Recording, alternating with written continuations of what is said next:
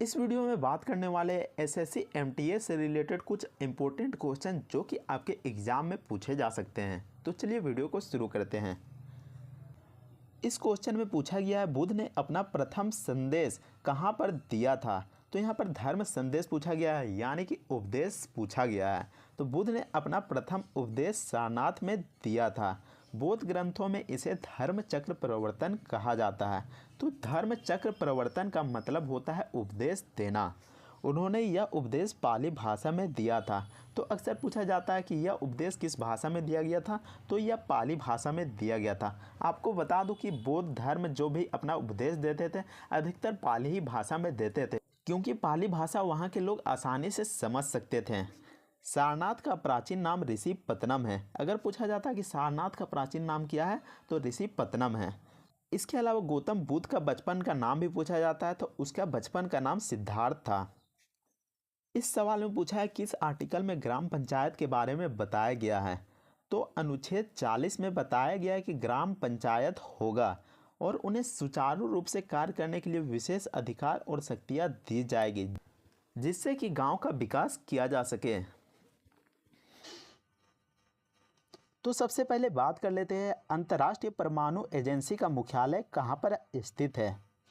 तो आपको बता दूं कि अंतर्राष्ट्रीय परमाणु ऊर्जा एजेंसी एक स्वतंत्र संस्था है जो कि किसी पर डिपेंड नहीं करती, वह खुद में यहाँ पर निर्णय ले सकती है, जिसका मुख्य उद्देश्य दुनिया में परमाणु ऊर्जा का शांतिपूर्वक इस्तेमाल करना है।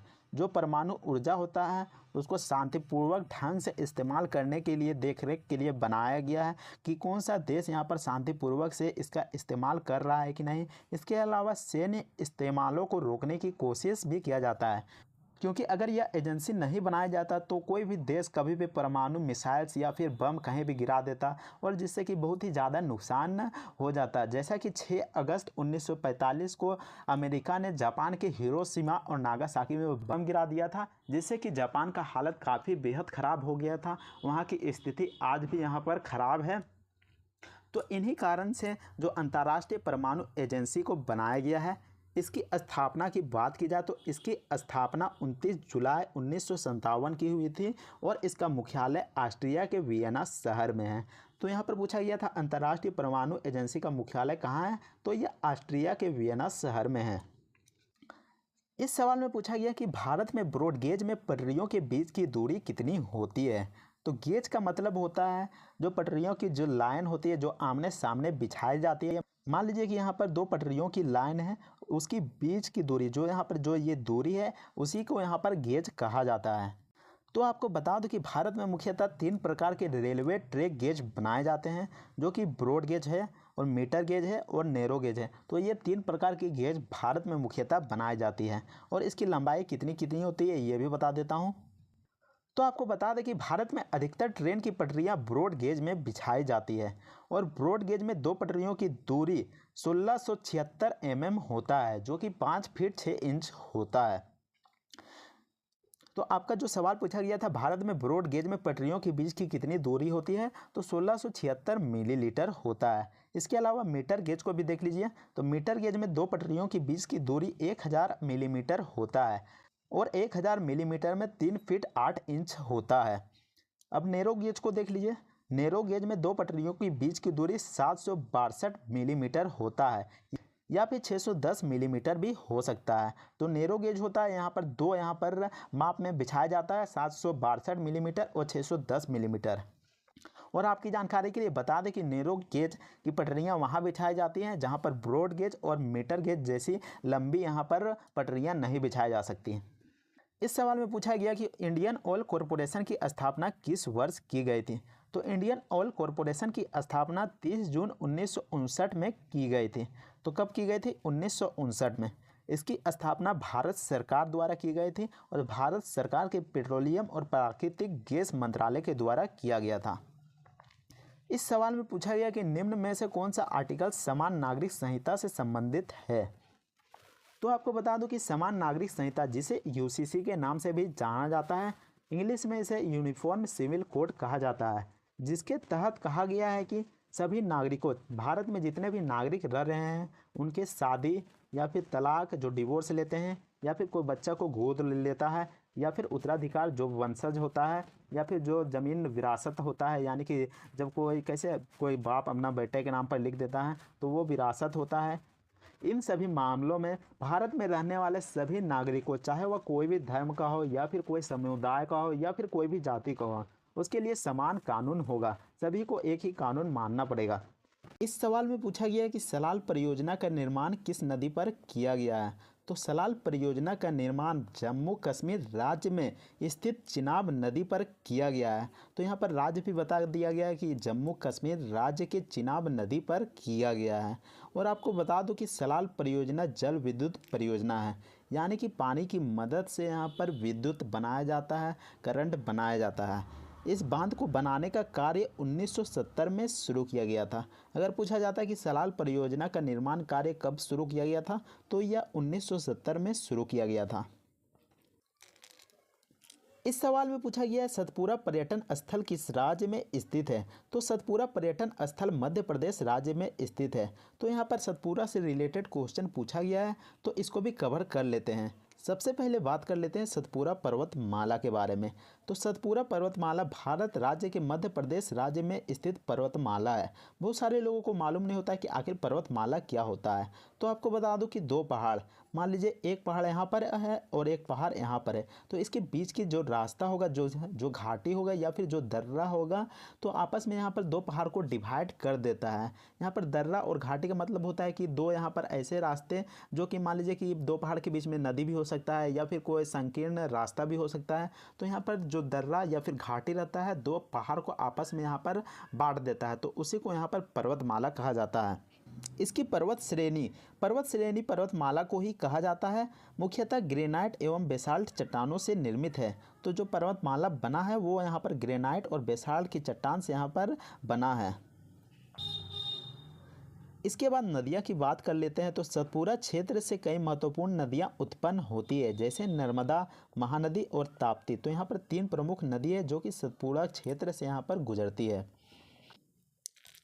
राष्ट्रीय उद्यान की बात करें तो कान्हा राष्ट्रीय उद्यान, पेंच राष्ट्रीय उद्यान, सतपुरा राष्ट्रीय उद्यान, पचमंडी बायोस्फीयर रिजर्व और बोरी रिजर्व, जो कि मध्य प्रदेश राज्य के सतपुरा क्षेत्र में यहाँ पर पड़ता है। तो मध्य प्रदेश में कौन कौन से यहाँ पर राष्ट्रीय उद्यान है यहाँ पर देख सकते हैं। आपको यहाँ पर याद कर लेना होगा कि आखिर मध्य प्रदेश में कौन कौन से राष्ट्रीय उद्यान पड़ता है।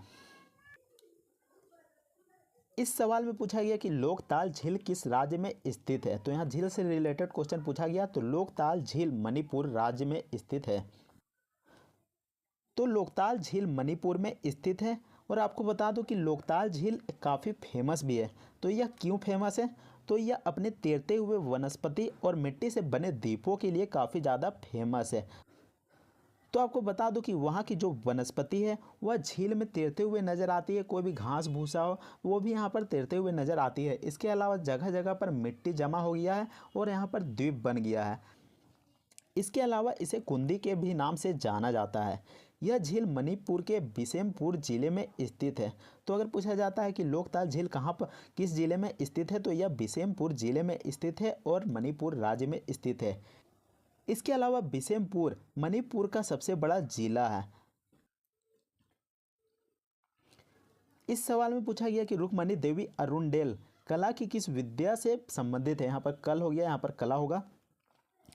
तो आपको बता दूं कि रुक्मणी देवी अरुंडेल शास्त्रीय नृत्य से बिलोंग करती है। इसके अलावा आपको बता दूं कि रुक्मणी देवी भरतनाट्यम के भारतीय शास्त्रीय नृत्य की नर्तिका थी। तो रुक्मणी देवी भरतनाट्यम यहाँ पर किया करती थी। इसके अलावा वह कोरियोग्राफर और पशु कल्याण के लिए एक कार्यकर्ता भी थी।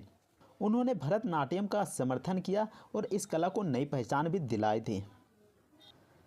इस क्वेश्चन में पूछा गया कि बाउन गायन कहाँ का लोकगीत है। तो बाउन गायन पश्चिम बंगाल का लोकगीत है। इसके अलावा इस गीत को फकीर संगीत के नाम से भी जाना जाता है। इस सवाल में पूछा गया कि मीनाक्षी मंदिर किस राज्य में स्थित है। तो मीनाक्षी मंदिर तमिलनाडु राज्य में स्थित है और यह मदुरै नगर में स्थित एक ऐतिहासिक मंदिर है। यह मंदिर हिंदू देवता जो कि शिव और माता पार्वती दोनों के नाम पर यहाँ पर समर्पित है। अगर पूछा जाता है कि मीनाक्षी मंदिर किस देवता के नाम पर समर्पित है, तो शिव और माता पार्वती के नाम पर यह समर्पित है। इस सवाल में पूछा गया है कि प्रारंभिक बौद्ध धर्म ग्रंथों की रचना किसमें की गई थी। तो यहाँ पर भाषा पूछा गया है कि बौद्ध धर्म ग्रंथों की रचना किस भाषा में की गई थी। तो इसका सही जवाब हो जाएगा पाली भाषा में। तो आपको बता दो कि बौद्ध धर्म की स्थापना या फिर संस्थापक गौतम बुद्ध ने किया था। तो अगर सवाल उठता है कि आखिर बौद्ध धर्म की स्थापना या फिर संस्थापक कौन किया था, तो आपका यहाँ पर सही जवाब हो जाएगा गौतम बुद्ध। और गौतम बुद्ध का बचपन का नाम ही सिद्धार्थ था।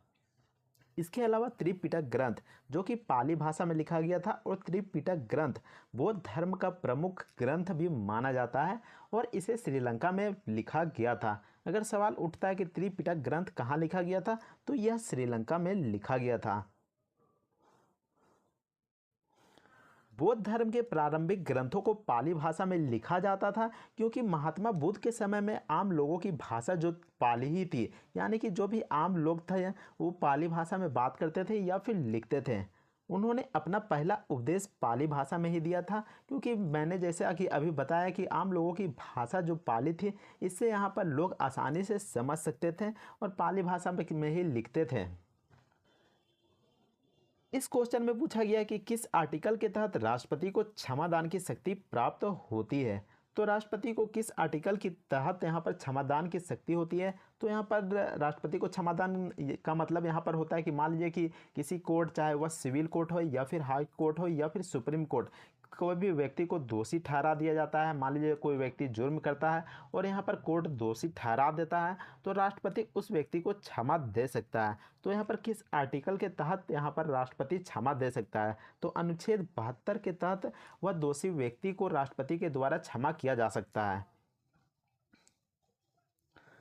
तो जैसा कि देख सकते हैं, संविधान के अनुच्छेद 72 के तहत राष्ट्रपति के पास अपराध के लिए दोषी ठहराए गए किसी भी व्यक्ति को की सज़ा को माफ़ करने या फिर राहत देने या फिर छूट देने या फिर कम करने की शक्ति होती है। तो यहाँ पर मान लीजिए कि किसी व्यक्ति को मृत्यु दंड मिला, तो राष्ट्रपति चाहेगा तो उसे यहाँ पर पूर्ण रूप से माफ़ कर देगा। या फिर मान लीजिए किसी व्यक्ति को 10 साल की सज़ा मिलती है, तो राष्ट्रपति चाहेगा तो उसे यहाँ पर सज़ा में कम कर सकता है, यानी कि 10 साल की सज़ा को 5 साल भी कर सकता है, 2 साल भी कर सकता है, या फिर पूर्ण रूप से उसे मुक्त भी कर सकता है। राष्ट्रपति सरकार से स्वतंत्र होकर क्षमादान की शक्ति का प्रयोग नहीं कर सकता। मान लीजिए कि राष्ट्रपति अगर चाहेगा तो सरकार से बिना परमिशन लिए किसी भी व्यक्ति को क्षमा नहीं कर देगा, अपना वह मनमर्जी से नहीं काम करेगा कि चलिए उस दोषी व्यक्ति को यहाँ क्षमा कर देते हैं। इसके लिए राष्ट्रपति को गृह मंत्रालय से सलाह लेनी पड़ती है और तब जाकर डिसाइड किया जाता है कि आखिर उस दोषी व्यक्ति को छोड़ना है या फिर उसकी सज़ा में कम करना है, या फिर उस व्यक्ति को पूर्ण रूप से क्षमा करना है, या फिर क्या करना है या फिर नहीं करना है। तो गृह मंत्रालय और राष्ट्रपति आपस में यहाँ पर चर्चा करती है, तब जाकर यहाँ पर डिसाइड करती है कि किस व्यक्ति को क्षमादान देना है या फिर नहीं। अब आपको बता दूं कि इस क्षमादान को 5 भागों में बांटा गया है। पहला नंबर में आता है क्षमा। इसमें पूर्ण रूप से दोषी को यहाँ पर माफ़ कर दिया जाता है, यानी कि मान लीजिए कोई भी यहाँ पर कोर्ट, सुप्रीम कोर्ट या फिर हाई कोर्ट या फिर सिविल कोर्ट कोई व्यक्ति को दोषी ठहरा देता है और मृत्यु दंड या फिर कोई कारावास या फिर कोई भी सज़ा सुना देता है, तो यहाँ पर राष्ट्रपति चाहेगा तो पूर्ण रूप से यहाँ पर उस व्यक्ति की सज़ा को माफ़ कर सकता है। वह स्वतंत्र रूप से यहाँ पर आम आदमी की तरह अपना जीवन जी सकता है। इसके अलावा अगर किसी व्यक्ति पर मुकदमा चल रहा है लेकिन कोर्ट अपना फैसला नहीं सुनाया है, मान लीजिए कोई व्यक्ति पर यहाँ पर कोर्ट के द्वारा मुकदमा चल ही रहा है और केस का सुनवाई नहीं हुआ है, तब भी यहाँ पर जो राष्ट्रपति चाहेगा तो उस व्यक्ति को यहाँ पर मुकदमा चलने के दौरान ही उस व्यक्ति को क्षमा दे सकता है। दूसरा नंबर में आता है लघुकरण। इसमें दंड के स्वरूप में बदलाव किया जाता है। उदाहरण के लिए देख सकते हैं यहाँ पर मृत्यु दंड को आजीवन कारावास में, मान लीजिए किसी को यहाँ पर फांसी की सज़ा सुनाया जाता है, तो यहाँ पर आजीवन कारावास यानी कि उम्र कैद की सज़ा में यहाँ पर परिवर्तित कर दिया जाता है। इसके अलावा किसी व्यक्ति को अगर कठोर कारावास का सज़ा यहाँ पर मिलता है, मान लीजिए कि उस व्यक्ति को यहाँ पर कठोर काम करने के लिए कहा जाता है या फिर किसी कठोर काम को करने का यहाँ पर सज़ा मिलता है, तो इसे यहाँ पर साधारण कारावास में परिवर्तित किया जा सकता है। लेकिन आपको बता दूं कि इसमें समय का बदलाव नहीं किया जाता है। तीसरा नंबर में आता है परिहार। इसमें दंड की अवधि को कम करना शामिल है। उदाहरण के लिए मान लीजिए किसी व्यक्ति को 2 वर्ष का कारावास की सज़ा मिलता है तो उसे यहाँ पर 1 वर्ष कर दिया जाता है। तो यहाँ पर इस तरीके से समय में परिवर्तित कर दिया जाता है। मान लीजिए कोई व्यक्ति को 10 साल की सज़ा मिलती है तो उसकी सज़ा को यहाँ पर 2 साल भी कर दिया जा सकता है, हो सकता है कि 5 साल कर दिया जाए। तो यहाँ पर राष्ट्रपति पर डिपेंड करता है कि उसका यहाँ पर सज़ा को कितना समय के लिए कम कर दिया जाता है। तो परिहार में समय का यहाँ पर मायने रखता है। नंबर 4 में आता है विराम। तो विराम में क्या होता है? जब दोषी व्यक्ति को कोई बड़ी बीमारी हो जाती है या फिर वह व्यक्ति पागल हो जाता है या फिर कोई महिला गर्भ अवस्था में आ जाती है, तब जाकर यहाँ पर विराम लगाया जाता है। और ऐसे में विराम लगाने के दौरान उसकी सज़ा में यहाँ पर परिवर्तन किया जा सकता है। उस दोषी व्यक्ति को कुछ समय के लिए जेल से बाहर निकाला जा सकता है और उसे हॉस्पिटल में भेज दिया जाता है या फिर जेल से कुछ बाहर रखा जाता है। तो विराम में यही होता है। नंबर 5 में आता है प्रविलंबन। अस्थायी समय के लिए किसी सज़ा, विशेषकर मृत्युदंड यानी कि फांसी पर रोक लगा दिया जाता है। यानी कि कुछ समय के लिए जो फांसी की सज़ा होती है उसे यहाँ पर टाल दिया जाता है और इसका उद्देश्य दोषी व्यक्ति को राष्ट्रपति से क्षमा या फिर लघुकरण प्राप्त करने के लिए समय देना है।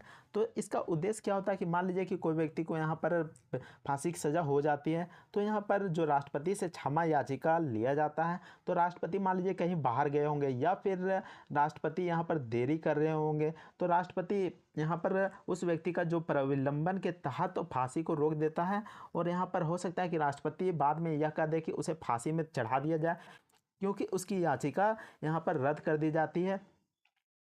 इसके अलावा अगर राष्ट्रपति चाहेगा तो लघुकरण, जिसमें मैंने बताया है कि कठोर सज़ा को यहाँ पर सरल सज़ा में यहाँ पर परिवर्तित कर दिया जाता है या फिर जो मृत्यु दंड रहता है उसको यहाँ पर आजीवन कारावास में बदल दिया जाता है। तो इसके इंतजार में यहाँ पर प्रविलंबन लगाया जाता है। तो यहाँ पर समझ गए होंगे कि प्रविलंबन क्यों लगाया जाता है। तो यहाँ पर जो राष्ट्रपति का इंतजार किया जाता है कि आखिर उस व्यक्ति को क्षमा करेगा या फिर नहीं करेगा, तो उसी के इंतजार में यहाँ पर प्रविलंबन को लगाया जाता है।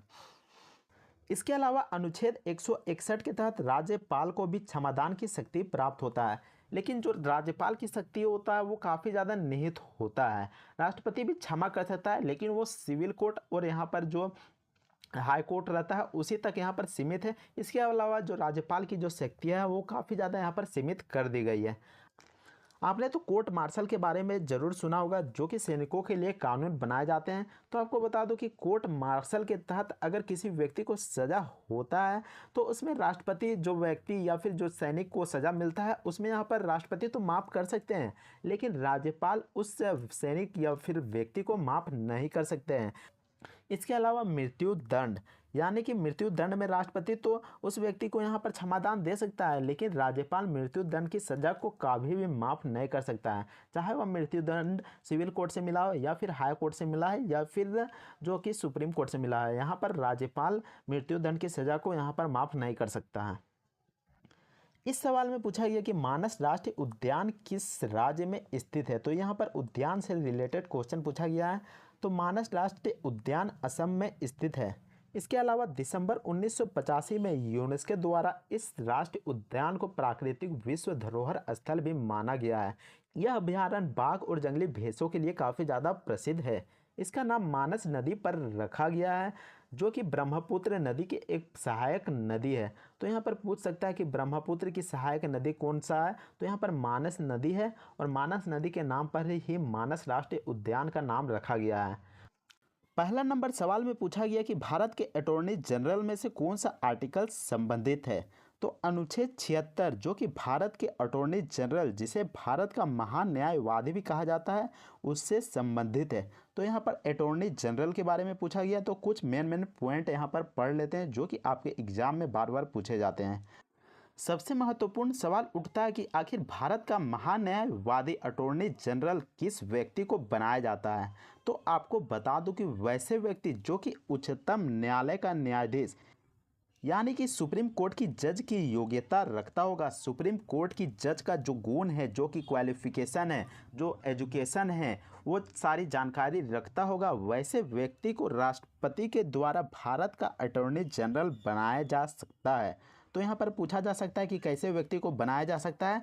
तो जो कि सुप्रीम कोर्ट का जो जज है उसके जैसा गुण होना चाहिए, वैसा पढ़ाई होना चाहिए, वैसा जानकारी होना चाहिए, तब जाके यहाँ पर जो भारत का अटॉर्नी जनरल बनाया जा सकता है।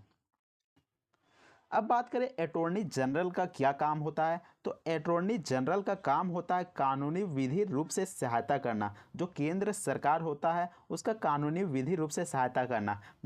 मान लीजिए कि किसी कानून में संशोधन करना है या फिर किसी भी अनुच्छेद में संशोधन करना है, तो सबसे पहले अटॉर्नी जनरल से सलाह लिया जाता है। जैसे कि मान लीजिए CAA आया, 3 तलाक जैसे कानून आया, नोटबंदी जैसे यहाँ पर देखने को मिला, तो ऐसे ऐसे कानून में यहाँ पर जो चेंजेस होते हैं या फिर जो नया कानून बनता है, तो इसमें अटॉर्नी जनरल का यहाँ पर सलाह लिया जाता है। यह सरकार का प्रथम विधि अधिकारी होता है, क्योंकि जो सरकार होती है इसी के सलाह पर हो जो कानून बनाती है या फिर कानून को पास करती है या फिर जो आर्टिकल में संशोधन होते रहता है, तो भारत का महान न्यायवादी का सबसे ज़्यादा इम्पोर्टेंट रोल होता है।